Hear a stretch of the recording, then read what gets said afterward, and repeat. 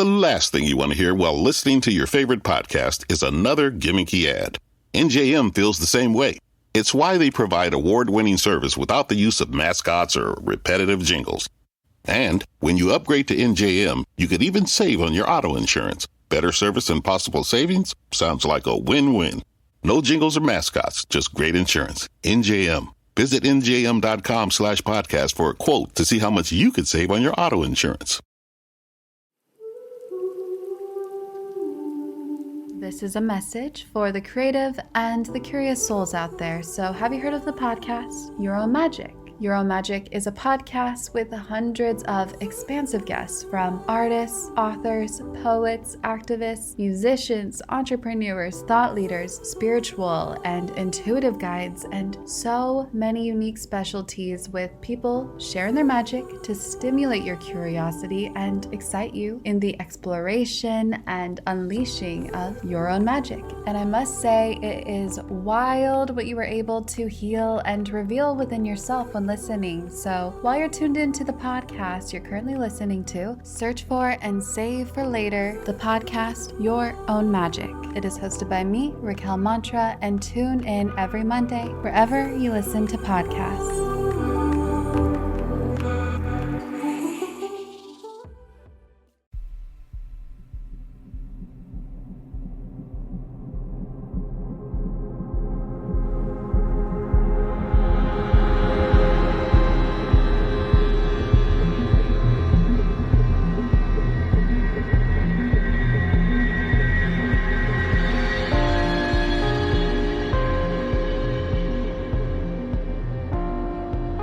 Hello and welcome to mini episode 204 of Real Life Ghost Stories, and I have two spooky stories for you today, and the last story comes from September the 9th, 2022, and story number 1 comes from Megan.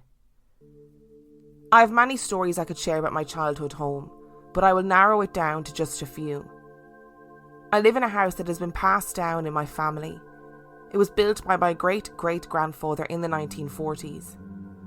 Growing up, I was always terrified to even walk downstairs to the one and only bathroom at night. I would wake my mom or dad up to walk me downstairs any time I had to go. I was never really sure why I had this extreme fear, but the older I got, the more it made sense. My parents often said they would think my two younger brothers and I would be playing in the middle of the night, and they would rush upstairs to yell at us, but to their surprise, we would be tucked up into our beds, sleeping peacefully. There are many one-off random experiences I had in the house, but only a couple that really chilled me to my core. In high school, I met my boyfriend at age 16. He's now my husband. I told him I lived in a haunted house and he laughed it off. One night he decided he would take his phone upstairs and sit in the room in the dark that had the most paranormal activity at that time, which happened to be my youngest brother's room, and he would record. At the beginning of the recording, you can hear my voice saying, "You sure you want to stay up there alone?" He laughs and says, "Yes, Megan." Then you hear me walk down the old, loud steps. After he sits upstairs for about 5 minutes, he walks back down to the living room and plays back the recording. About 2 minutes into the recording, there is what sounded like a young woman saying hello. She sounded so friendly and inquisitive. Of course, he didn't hear it while he was recording, only when it was played back. He, my dad, my brother and I all sat in disbelief and replayed it over and over again. I get chills and tears thinking about it now. Her voice was so haunting. It sounded like she was from the 40s or the 50s, if that makes any sense. The second story takes place about 2 months before I graduated college and moved out of the house. I was sitting on my bed in my room doing homework. I had a double-headed lamp beside the door of my room. I remember hearing a sound that sounded like something was being unscrewed. I didn't think anything of it at first, until the lampshade went flying across my room. It bounced off the wall and hit the floor. I was immediately frozen. I sat there for about 2 minutes until I ran downstairs screaming and crying hysterically. My dad ran to me asking what had happened. I told him. He calmed me down and tried to make sense of how it could have happened, but I could tell he was just as shaken up as I was. I ended up brushing my teeth downstairs and getting ready for bed. As I went back upstairs to enter my room to go to sleep, the second lampshade hit me in the head very forcefully.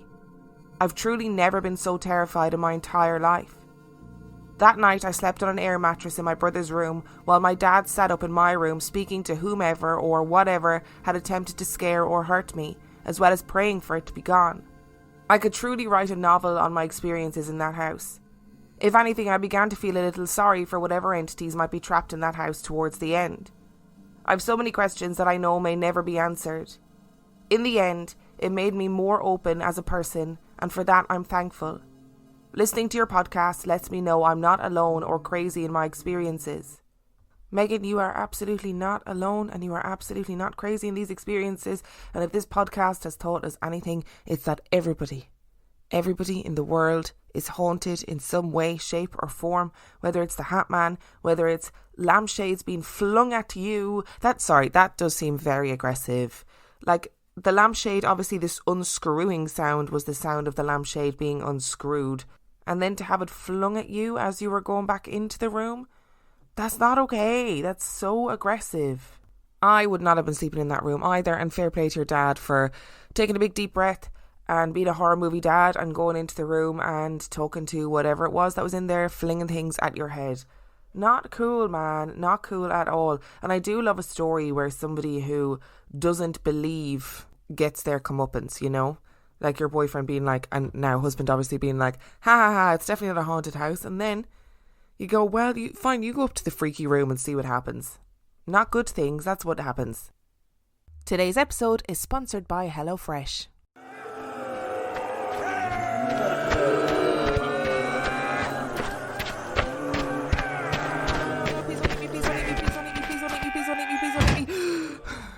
I cannot keep risking life and limb in this zombie apocalypse to go to the grocery store. If only there was an easier way. Wait, what's this conveniently placed leaflet? With HelloFresh you get farm fresh, pre-portioned ingredients and seasonal recipes delivered right to your doorstep.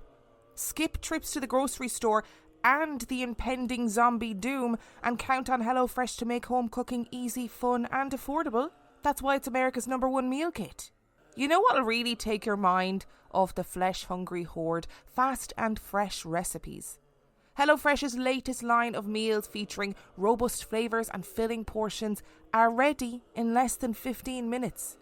Enjoy taste and quality done quick with recipes like falafel power bowls, seared steak and potatoes with béarnaise sauce, or Southwest pork and bean burritos. And let's face it, in the zombie apocalypse, we gotta cook smart and we gotta cook fast.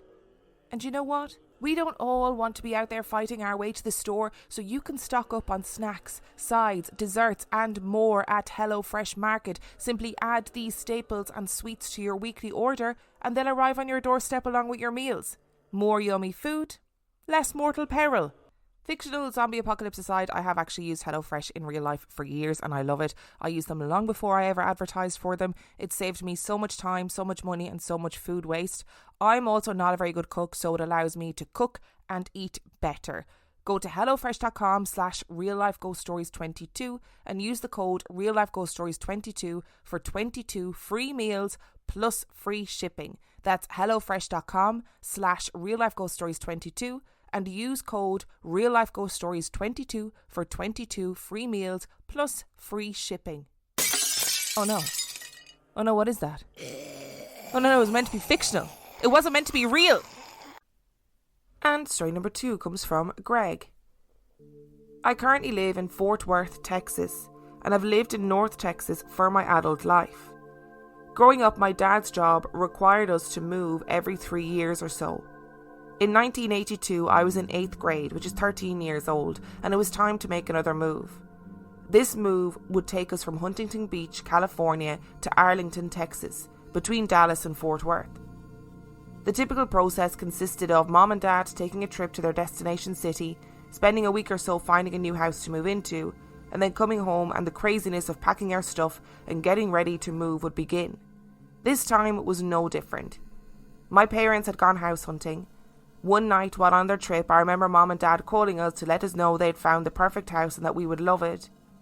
They did not give us a bunch of details, but real estate is much cheaper in Texas, and the house we would be moving to was quite a bit larger, so no more sharing a room with my little brother. Of course, there was the downside of leaving the beach and our friends, but my siblings and I shared my parents' excitement. and we were ready for them to get home to start the moving process. That night I had a dream that still gives me goosebumps 40 years later. In my dream, I remember sitting in an unfamiliar room, at a desk that had been built into the wall under a dormered window. To clarify, there was a dormer that stuck out of one side of the room that ended in a window, and there was a desk under the window. The dream was not exactly action-packed, but it left an impression on me. I remember looking out the window and watching a lady in a little house on the prairie styled yellow dress and a bonnet. Let's call it late 1800s pioneer-style clothing. I watched her slowly walking down the street, and when she got to the walk that led to our house, she turned and started walking to the front door. It did not take a genius to figure out that she was coming to our house, so I left the room and started walking down the stairs to meet her. As I left the room I had been sitting in, there was a railing to my left and a wall to my right with flowered wallpaper. The rail was on the landing of a set of stairs. The stairs were in the shape of an L. You went halfway down the stairs and turned to the right to get to the entryway. When I hit the halfway point of the stairs, I turned and could see the woman arriving through the two leaded glass windows in the door. Instead of ringing the doorbell or a polite knock on the door, the lady pounded on the door 3 times. It stopped me in my tracks midway down the stairs. Fortunately for me, though it was the middle of the day, it was fairly dark in the house, so I did not think I had been seen. What I saw on the other side of the door freaked me out. It was not a lady at all. It appeared to me to be a man with a pock-marked face. His eyes looked strange and maniacal. They were unfocused, but not the way a blind person's eyes are unfocused. They looked wild, and they were looking in different directions at the same time. It looked like the man had taken something like blue modelling clay and rubbed it over his pock-marked face, leaving remnants of blue unevenly distributed on his face. The overall look of this man, wearing a yellow dress and a bonnet with blue clay rubbed all over his pock-marked face and wandering eyes, was incredibly unsettling. From my stopping point on the stairs, I asked in a very timid voice, "Who is it?" In a very deep and gruff voice, the man said, "It's your mother." I woke up in a cold sweat, and that was the end of the dream. In the grand scheme of things, the dream shook me a little, but I've had scarier dreams. I remember having trouble getting back to sleep, but I was able to get back to sleep. The odd thing for me was that I remembered my dream, and obviously still do, which is not typical of me. If I do happen to remember the dream when I wake up, it is out of my mind before I've completed my first bathroom visit of the day. I'm not sure why, but this dream stuck in the back of my mind. Fast forward to a couple of months later. My family and I are in Arlington, and we are getting to see the new house for the first time. I remember thinking how beautiful it was, and it had woods behind the house to run around in. As my mom was touring us through the house and showing us our rooms, I was super excited because I saw my room, which was a mother-in-law suite downstairs that would be my own space with my own bathroom. We then went upstairs and my feeling of excitement changed. As we walked through the entryway and past the front door, something felt familiar. When we got halfway up the stairs, it hit me. This was the house from my dream. I guess you could argue that I started to remember when I saw the front door, but what made me realise it was the same house were the flowers on the upstairs wallpaper. The dream came flooding back. I turned and looked at the front door and the entryway. From this angle halfway up the stairs, I realised it was the same. The front door had the 2 leaded glass windows. The railing on the stairs was the same. My mom led the family into the first room on the left, but I followed the handrail to the right and went into the room from my dream. As I entered the room, I knew what I would see. There was a dormered window with a built-in writing desk under the window. I felt sick. I was now terrified of our new home. For me, the one saving grace was that this would not be my room. Fortunately for me, my room was downstairs, and the mother-in-law suite remained mine. Until I went to college and my younger brother wanted the downstairs bedroom to be his. And guess what room became mine? You guessed it, I ended up spending summers and winter breaks in the room with the dormered window. Fortunately, the man in the yellow dress never did visit me in that house or anywhere else to date. We lived there from January of 1983 to December of 1993. Until we moved from the house, I did not share the story of my dream. I always felt like it would give the dream more weight and make it more likely to come true. Some strange things did happen in that house, but I do not know if I would call any of them paranormal. I will admit I was not sad when my parents moved. When I eventually did tell my family about my dream, they seemed glad that I had not shared it with them earlier. I don't know if this is paranormal, but I cannot explain it, and I thought you might enjoy it. My older daughter was born in December of 1997. Like all babies, she would go through cycles, and in the spring of 1998 she started having trouble sleeping through the night. I would like to start by saying that our house was 3 years old when we bought it as the second owners.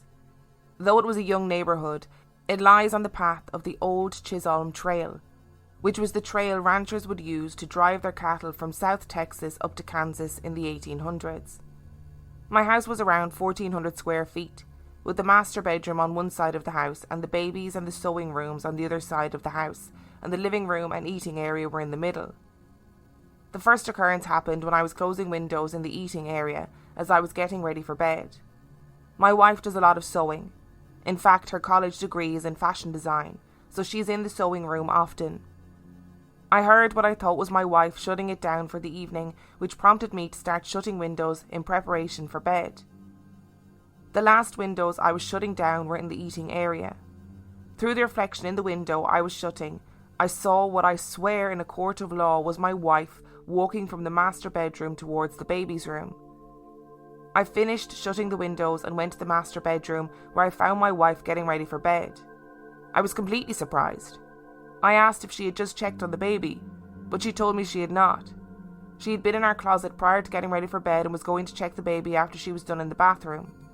I told her what I had seen, and we were both unnerved.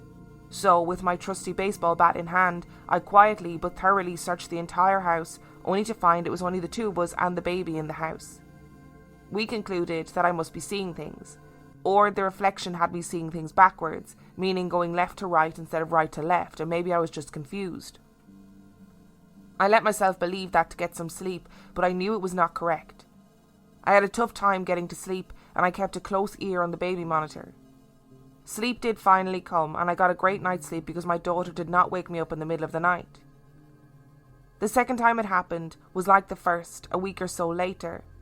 I was closing the window in the living room, and in the reflection of the window I saw what appeared to be my wife again. From this angle I could see the front door and the hallway outside of my daughter's door.